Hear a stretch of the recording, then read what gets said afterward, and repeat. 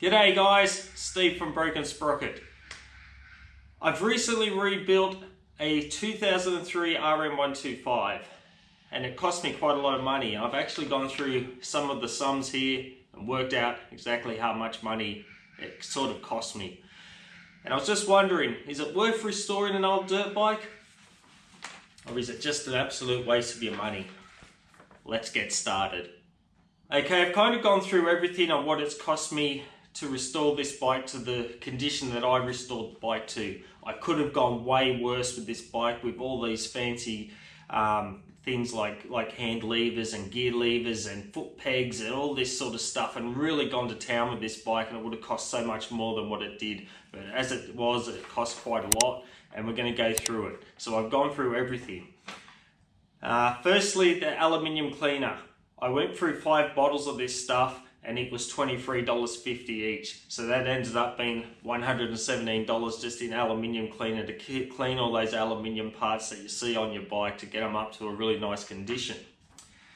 Now, wire wheels and paint stripper and 2-pack paint to do the frame restoration to get the frame up nice and black and looking really good.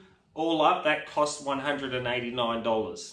Now the fork rebuild, to rebuild the forks back up to, good new condition, that was a fork rebuild kit, was $130 for that bike, and fork oil was $21.90. So all up, to rebuild the forks on the bike cost $151.90. So that was for the forks. Polishing the swing arm on the bike, the swing arm was looking pretty rough on the bike, so I didn't want to send it away and spend more money to get it restored to factory condition, so I thought I'd give it a full polish, which would be actually cheaper for me, but even though it took a mountain of time to do. All up, with sandpaper, polishing wheels, polish, and the wire brushes and stuff like that for the Dremel and all that sort of thing, I think it cost me about $44. It could be around $50. We'll just call it around $50 for me to do it all myself to get that swing arm up to the condition it was, which is fairly cheap since it looks pretty good. The rear linkage for the rear shock absorber. Now that was a kit, now that cost roughly $150 for those bearing kits. So to get that bearings and all that put in there, which I did myself, which obviously cost less than sending it away, that was around $150. Now the swing arm bearings, now that's a separate kit to the linkage bearings, they're two different things. Now that was $140, so to put all those bearings in and that, which I did myself, was $140. The wheels. Now to go and do a full rebuild on those wheels, doing it by myself, tires, rims, stainless steel spokes, stainless steel nipples, the fancy anodized caps for your valve cap and the rim lock, tires and all that. That cost about $1,450. So that was probably the most expensive item on the bike, was the wheels and tires.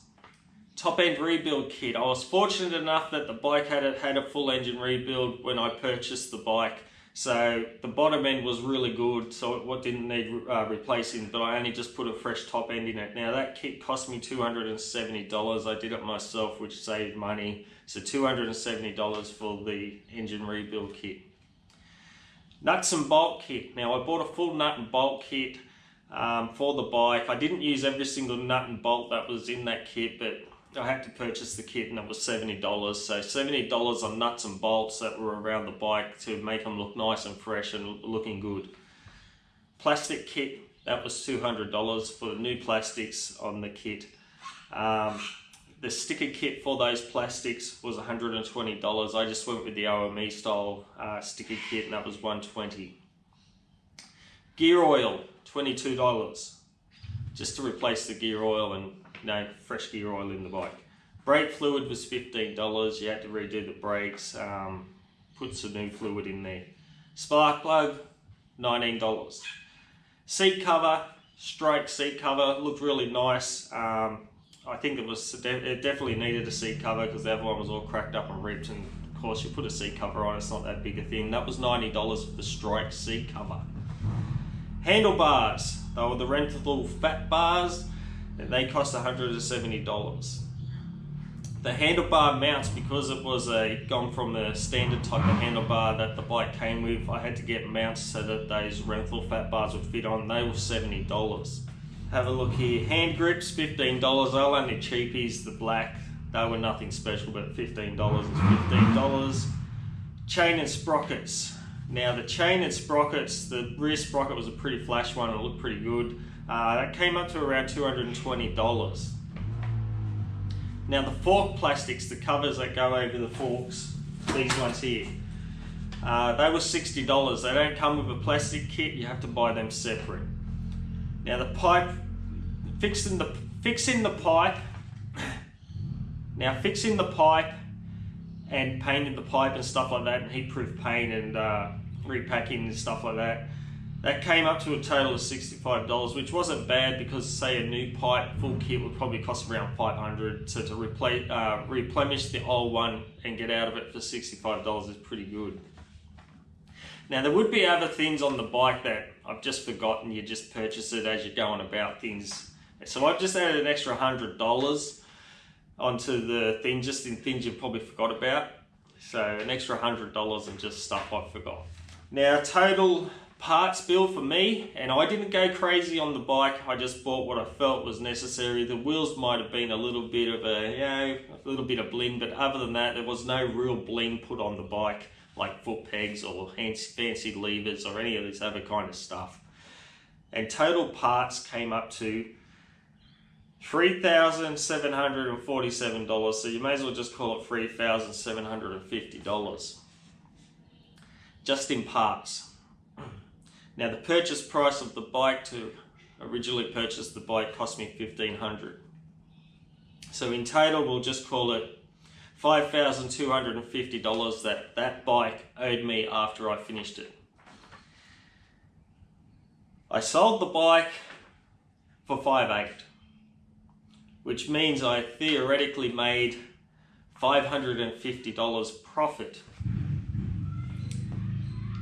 That's not very much money when you consider the amount of work and hours and hours and hours that I put into that motorbike. So if I was trying to build a bike like that to actually earn a living and support my family, $550, you're probably earning $2 an hour, which isn't going to support any kind of anything. So it's not, you're not going to make money out of restoring old motorbikes if that's your plan.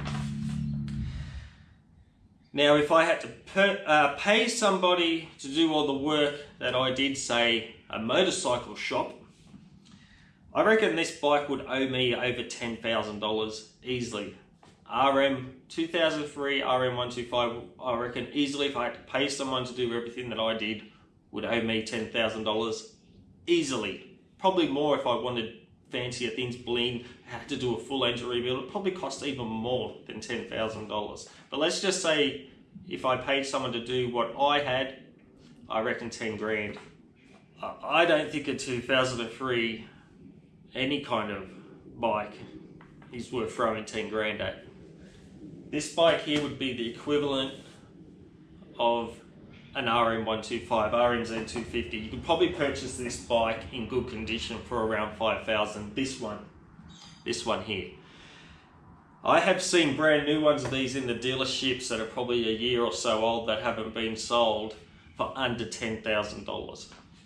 So I wouldn't be paying somebody to restore an old bike for $10,000 when you could purchase a brand new RMZ250 for probably $10,000, and with a bit of negotiation, you could probably get one for around $9,000 brand new. If it's an older model one that just didn't sell. So theoretically, I don't think it's worth restoring old dirt bikes, unless you absolutely needed an old dirt bike and you love old dirt bikes. Then go mad, knock yourself out. But realistically, I don't think it's worth the money, the work and all that to restore an old dirt bike. If you're buying a restored dirt bike off someone, like say you bought the bike from me for $5,800, you're actually getting good value, because $5,800 for the amount of work that went into that bike and the amount of money that went into that bike is probably good buying. But for you to do it yourself or for you to pay someone else, forget about it. Just go buy a new one of these. You'll be better off. Watch this video next, or go to the Broken Sprocket video library and choose another top video. If you're not a subscriber, hit that subscribe button. After all, it's for free and guaranteed to make your day 20% better. If you're already a subscriber and you're having a bad day, just think it could have been 20% worse. You can also follow Broken Sprocket on Instagram. So, I'll see you in the next video.